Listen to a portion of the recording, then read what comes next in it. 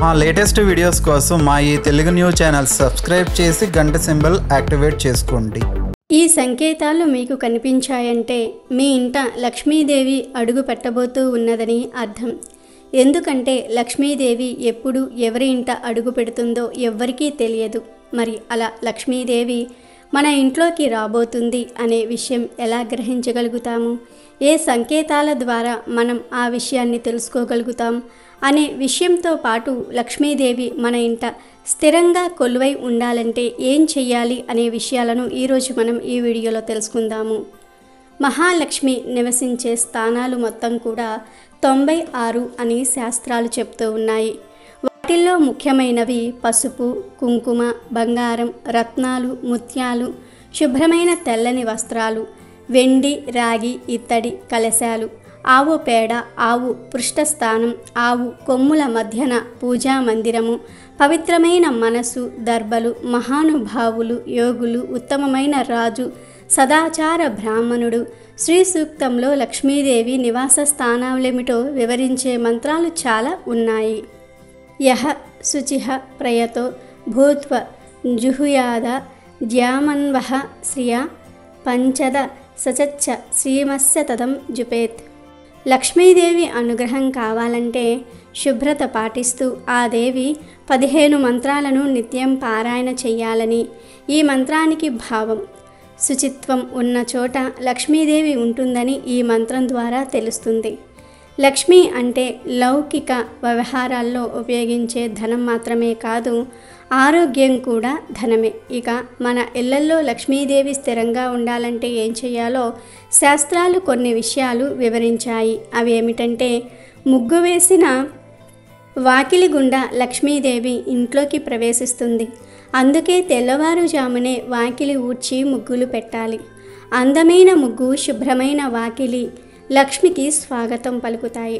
ఇంటి ఇల్లాలు గట్టిగా గొంతు పెట్టి మాట్లాడడం, నట్టింట్లో చెడు మాటలు, చెడు తిట్లు తిట్టడం వంటివి చేయకూడదు. ఎక్కడైతే భార్యాభర్తలు నిరంతరము తగులాడుకుంటూ ఉంటారో, ఏ ఇంట్లో ఇల్లాలు అసంతృప్తిగా ఉంటుందో ఆ ఇంట్లో లక్ష్మీదేవి ప్రవేశించదు. అబద్ధాలు చెప్పేవాళ్ళు, ఇరు సంధ్యలలో భుజించేవారు, నిద్రించేవారు, బద్ధకస్తులు ఎక్కడ ఉంటారో అక్కడ లక్ష్మి ఉండదు. ఉదయము, సాయంత్రము, సంధ్యల్లో తప్పనిసరిగా దీపం వెలిగించాలి. ఇంట్లోని దేవతా మందిరంలో ప్రధాన ద్వారం వద్ద తప్పనిసరిగా సంధ్యా దీపం పెట్టాలి. ఇలాంటి ఇళ్లల్లో లక్ష్మి శాశ్వతంగా నివాసం ఉంటుంది. అతిగా మాట్లాడేవారు, గురువులను, పెద్దలను అగౌరవపరిచేవారు, జూదరులు, అతి నిద్రాలోలురు, అపరిశుభ్రంగా ఉండేవారు ఉన్న చోట లక్ష్మీదేవి ఉండదు. శంఖధ్వని వినిపించని చోట, తులసిని పూజించని చోట, దేవతలను అర్చించని చోట, బ్రహ్మదేవతలు అతిథులకు భోజన సత్కారాలు జరగని చోట లక్ష్మీదేవి నివసించదు. చిల్లర పైసలు, అన్నము, పువ్వులను నిర్లక్ష్యంగా పడేసేవారి దగ్గర లక్ష్మి చేరదు. భక్తులను హింసించేవారు, నిందించేవారు ఉన్న చోట కూడా లక్ష్మీదేవి నివాసం ఉండదు. మరి ఇలాంటి పనులు చేయకుండా జాగ్రత్తపడి లక్ష్మీదేవి మన ఇంట ఉండేలాగా మనమే చేసుకోవాలి. లక్ష్మీదేవి మన ఇంట్లోకి వచ్చే ముందు కొన్ని సంకేతాలు వస్తాయని పెద్దలు చెప్తూ ఉన్నారు. జీవితంలోని అవసరాన్ని, ఆపదలను తొలగించుకోవాలన్నా, ఆనందంగా ఉండాలన్నా ధనం చాలా అవసరం. ఎందుకంటే అవసరాలకు చాలా ముఖ్యమైనది ధనం. కాబట్టి ఈ కాలంలో ఏ పని చేయాలన్నా, ఆరోగ్యంగా ఉండాలన్నా ధనం ఉండాలి. కొన్ని అవసరాలను ధనం తీర్చకపోయినా చాలా వరకు సమకూర్చుకునేది ధనమే. అందుకే చాలామంది సంపదను పెంచుకోవడానికి శ్రద్ధ చూపిస్తారు. అలాంటి సంపదకు కొరత లేకుండా ఉండాలంటే శుక్రవారం రోజు లక్ష్మీదేవిని పూజిస్తే మంచి ఫలితాలను పొందవచ్చు. అంతేకాకుండా ఉదయాన్నే వాకిట్లో ముగ్గు పెట్టే ఇల్లంటే లక్ష్మీదేవికి చాలా ఇష్టం. అలాంటి ఇంట్లో లక్ష్మి ఉంటుందని శాస్త్రాల్లో చెప్పబడుతుంది. గుమ్మంలో నుండి చూస్తే పెరట్లో తులసి మొక్క, అరటి చెట్టు కనిపిస్తే ఇక లక్ష్మీదేవి ఆ ఇంట్లో తప్పకుండా ఉంటుంది. కుటుంబ సభ్యులంతా సఖ్యతతో ప్రశాంతమైన ధర్మబద్ధమైన జీవితాన్ని గడుపుతూ ఉంటే లక్ష్మీదేవి అక్కడే స్థిర నివాసం చేస్తుందని ఆధ్యాత్మిక గ్రంథాలలో చెప్పబడింది. లక్ష్మీదేవి ఇంటికి రావాలని ప్రతి ఒక్కరూ భావిస్తూ ఉంటారు. అయితే శ్రీ మహాలక్ష్మి మీ ఇంటికి వచ్చే ముందు కొన్ని సంకేతాలు గోచరిస్తాయి. ఆ సంకేతాలను పసిగడితే డబ్బు అనగా లక్ష్మీదేవి మీ ఇంటికి వస్తుందని అర్థమైపోతుంది. కోయిల కూత. కోయిల కూత శుభ సూచకం. కోయిల కూత వినడానికి ఎంతో వినసొంపుగా ఉండి మనకు ప్రశాంతత చేకూరుస్తుంది. అంతేకాదు కోయిల చేసే ఈ శబ్దం ధనానికి సూచకంగా చెప్తారు. కోయిల కూసే దిశ ఆధారంగా శుభాశుభాలు నిర్ణయించటం జరుగుతుంది. కోయిల కూత ఉదయం పూట ఆగ్నేయ దిశ నుండి వినిపించినట్లయితే నష్టం జరుగుతుంది. అదే సాయంత్రం పూట వినిపిస్తే దానిని శుభసూచకంగా భావిస్తారు. మధ్యాహ్నం పూట కోయిల కూత వినిపిస్తే శుభం.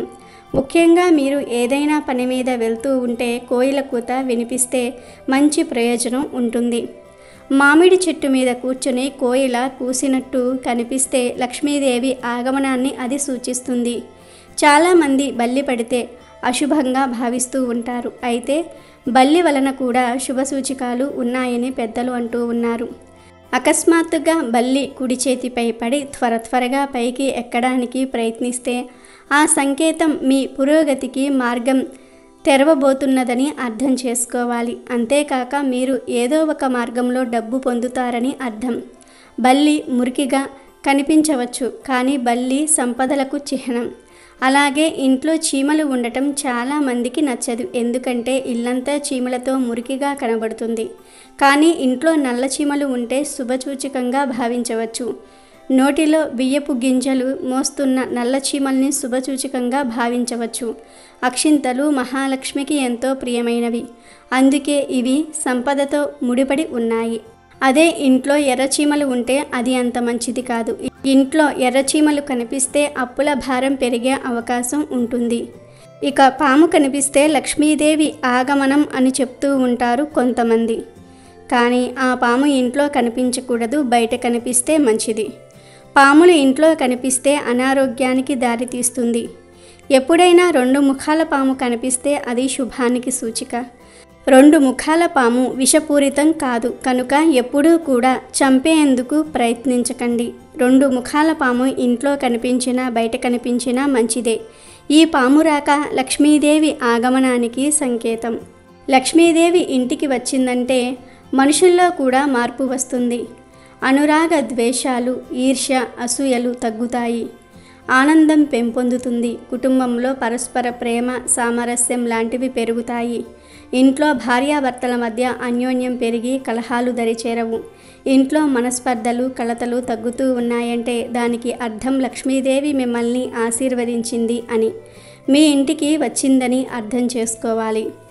ఇక లక్ష్మీదేవి మన ఇంట్లో ఖచ్చితంగా స్థిర నివాసం ఏర్పరచుకోబోతూ ఉంది, మన ఇంటికి రాబోతుంది అనడానికి మరికొన్ని సంకేతాలు సూచించబడ్డాయి. అవి ఏమిటో కూడా తెలుసుకుందాం.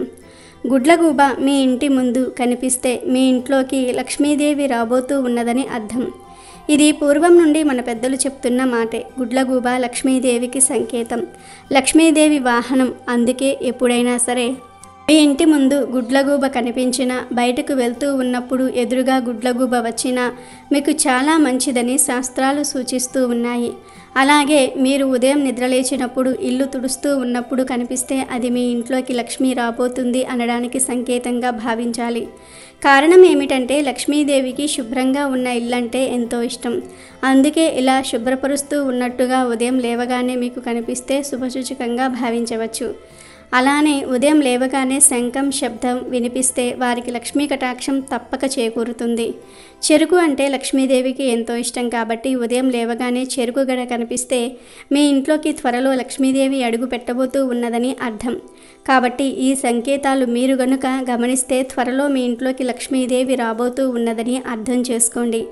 వచ్చిన లక్ష్మిని ఇంట్లోనే నిలుపుకునే విధంగా జాగ్రత్తలు తీసుకోండి. ఆడవాళ్ళు ఈ పని చేయటం మానితేనే లక్ష్మీదేవి ఇంట్లోకి వస్తుంది, స్థిరంగా ఉంటుంది. లేదంటే అస్సలు మీ ఇంటికి రాదు అని పండితులు చెప్తూ ఉన్నారు. లక్ష్మీదేవికి కొన్ని పనులంటే అస్సలు ఇష్టం ఉండదు. అలాంటి పనులు చేసే వారి ఇంటికి లక్ష్మి అస్సలు రాదు. వచ్చినా వెంటనే ఇల్లు విడిచి వెళ్ళిపోతుంది. లక్ష్మీదేవికి ఇల్లు శుభ్రంగా లేకపోతే ఇష్టం ఉండదు. సూర్యోదయ సూర్యాస్తమయ సమయాలలో ఎవరైనా సరే నిద్రపోతే లక్ష్మీదేవికి అస్సలు ఇష్టం ఉండదు. అలాంటి వారి ఇళ్లల్లో లక్ష్మీదేవి ప్రవేశించడానికి అస్సలు ఒప్పుకోదు. కనుక ఈ అలవాటు ఉంటే ఇప్పటికైనా సరే మారండి. సూర్యోదయ సూర్యాస్తమయ సమయాలలో అస్సలు నిద్రించవద్దు. ముఖ్యంగా ఆడవారు ఈ పని అస్సలు చేయవద్దు. ముగ్గు లేని ఇంట లక్ష్మీదేవి అస్సలు ప్రవేశించదు. అంటే ఏ ఇంటి ముందైతే ముగ్గు ఉండదో ఆ ఇంట్లోనికి లక్ష్మీదేవి అస్సలు ప్రవేశించదు. కాబట్టి ఆడవాళ్ళు ఇంటి ముందు ఉదయాన్నే లేచి ముగ్గులు వేసుకోవాలి. ఏ ఇంట్లోని గదుల మూలల్లో బూజు కనబడుతుందో, అంటే ఏ ఇంట్లో అయితే ఆడవారు బూజును శుభ్రం చేయరో ఆ ఇంట్లోకి లక్ష్మీదేవి అస్సలు రాదు. లక్ష్మి ఆ ఇంట్లో అస్సలు నిలవదు కూడా. ఏ ఇంట్లోని ఆడవారైతే సూర్యోదయ సూర్యాస్తమయ సమయాల్లో దీపారాధన చెయ్యరో ఆ ఇంట్లో నుండి లక్ష్మీదేవి బయటికి వెళ్ళిపోతుంది. అలాంటి ఇంట్లో లక్ష్మీదేవి అస్సలు ఉండదు. ఏ ఇంట్లో అయితే సాంబ్రాణి వాసన, ధూప దీప వాసన లేకుండా పాతకంపు, నీచు వాసన, బట్టల వాసన చిరాకు పెడుతూ ఉంటుందో ఆ ఇంట్లోకి లక్ష్మీదేవి అస్సలు రాదు. లక్ష్మీదేవి రావాలంటే ఇల్లు శుభ్రంగా ఉండాలి, సువాసన భరితంగా ఉండాలి. అంటే సాంబ్రాణి, గుగ్గిలం లాంటి సువాసనలు రావాలి. ఏ ఇంట్లో అయితే ఏ పూట అంట్లు ఆ పూట శుభ్రం చేసుకుంటారో, అంటే మనం భోజనం చేశాక అది రాత్రైనా పగలైనా ఏ పూట అంట్లు ఆ పూట శుభ్రం చేసుకోవాలి. అలా కాకుండా అంట్లు పోగు చేసి రేపు ప్రొద్దున్నే తోముకుందాం, రేపు సాయంత్రం తోముకుందాం అని ఏ ఆడవారైతే అనుకుంటారో ఆ ఆడవారు ఉన్న ఇంట్లోకి లక్ష్మీదేవి ప్రవేశించదు. ఏ ఇంట్లో అయితే విడిచిన బట్టలను కుప్పలుగా ఉంచుతారో, వారం రోజుల బట్టలు ఒకేసారి ఉతుక్కుంటారో అలాంటి వారి ఇంట్లో విడిచిన బట్టల వాసన వస్తుంది. ఆ వాసనకు లక్ష్మీదేవి అస్సలు ఇంట్లోకి రాదు. ఏ ఇంట్లో అయితే లక్ష్మీదేవి స్వరూపమైన తులసి మొక్క ఉండదో ఆ ఇంట్లోకి లక్ష్మీదేవి అస్సలు ప్రవేశించదు. ఏ ఇంట్లో అయితే భర్త భార్యను ఇష్టం వచ్చినట్లు తిడుతూ, ఇష్టానికి హింస పెడుతూ, చిరాకు పడుతూ హీనంగా చూస్తాడో ఆ ఇంట్లోకి లక్ష్మీదేవి ప్రవేశించడానికి ఇష్టపడదు. ఎందుకంటే స్త్రీలకు గౌరవం లేని చోట లక్ష్మీదేవి నివాసం ఉండదు. ఏ ఇంట్లో అయితే పాత్రలను దించడానికి వాడే మసిగుడ్డ మసి పట్టేసి చిరాకు పెడుతూ ఉంటుందో ఆ ఇంట్లో లక్ష్మీదేవి అస్సలు ఉండదు. మసిగుడ్డ పేరుకు మసిగుడ్డ అయినప్పటికీ కూడా శుభ్రంగా ఉంచుకోవాలి. ఏ ఇంట్లోని ఇల్లాలైతే వంటగదిని పరిశుభ్రంగా ఉంచుతుందో, గ్యాస్ పై కింద కూరలు పడిపోయినా తుడవకుండా వదిలేస్తుందో అలాంటి ఇంట్లోకి లక్ష్మీదేవి ప్రవేశించదు. ఏ ఇంట్లో అయితే దరిద్ర దేవతకు వాహనమైనటువంటి బొద్దింకలు తిరుగుతూ ఉంటాయో, అంటే రాత్రిపూట మనం పడుకున్న తర్వాత మధ్యరాత్రిలో లేచి చూస్తే అక్కడక్కడ బొద్దింకలు కనబడుతూ ఉంటాయి. అలా ఏ ఇంట్లో అయితే బొద్దింకలు తిరుగుతూ ఉంటాయో ఆ ఇంట్లో లక్ష్మీదేవి అస్సలు ఉండదు. దరిద్ర దేవతే తిష్ట వేస్తుంది. దరిద్ర దేవత ఉన్న చోట లక్ష్మీదేవి అడుగు పెట్టదు. లక్ష్మీదేవి దరిద్ర దేవత అక్క చెల్లెళ్ళు అయినప్పటికీ కూడా ఒకరు ఉన్న చోట ఇంకొకరు ఉండరు. దరిద్ర దేవత ఉన్న చోట లక్ష్మీదేవి ఉండదు, లక్ష్మీదేవి ఉన్న చోట దరిద్ర దేవత ఉండదు. ఏ ఇంట్లో అయితే సూర్యోదయానికి ముందే భుజగదిలోని పుష్పాలు, అంటే నిన్న పెట్టిన పువ్వులు ఈరోజు ఉదయం సూర్యోదయానికి ముందు తీయకుండా ఉంటారో ఆ ఇంట్లో దరిద్ర దేవత స్థిర నివాసం ఏర్పాటు చేసుకుంటుంది. ఏ ఇంట్లో అయితే దైవారాధన, దైవ పూజలు జరగవో, ఏ ఇంట్లో అయితే పెద్దలను గౌరవించరో, పెద్దలను విమర్శిస్తూ ఉంటారో, సరస్వతీ పుత్రులను విమర్శిస్తూ అవహేళన చేస్తూ ఉంటారో ఆ ఇంట లక్ష్మీదేవి అస్సలు నివసించదు. కాబట్టి ఈ విషయాలన్నీ కూడా గుర్తుంచుకోండి. ఏ ఇంట్లో అయితే ఇప్పుడు మనం చెప్పుకున్న తప్పులు చేస్తారో ఆ ఇంట్లో లక్ష్మీదేవి ఉండటం అనేది జరగని పని. కాబట్టి లక్ష్మీదేవి మీ ఇంట్లో ఉండాలంటే ఈ తప్పులు చేయకుండా జాగ్రత్తలు పాటించండి. లక్ష్మీదేవి మీ ఇంట్లో ఉండేలాగా చూసుకోండి. అమెజాన్లో బెస్ట్ డిస్కౌంట్స్ కోసం వీడియో డిస్క్రిప్షన్లో లింకు ఉంది, చూడండి. అలాగే మా టెలిగ్రామ్ ఛానల్ సబ్స్క్రైబ్ చేసుకోండి.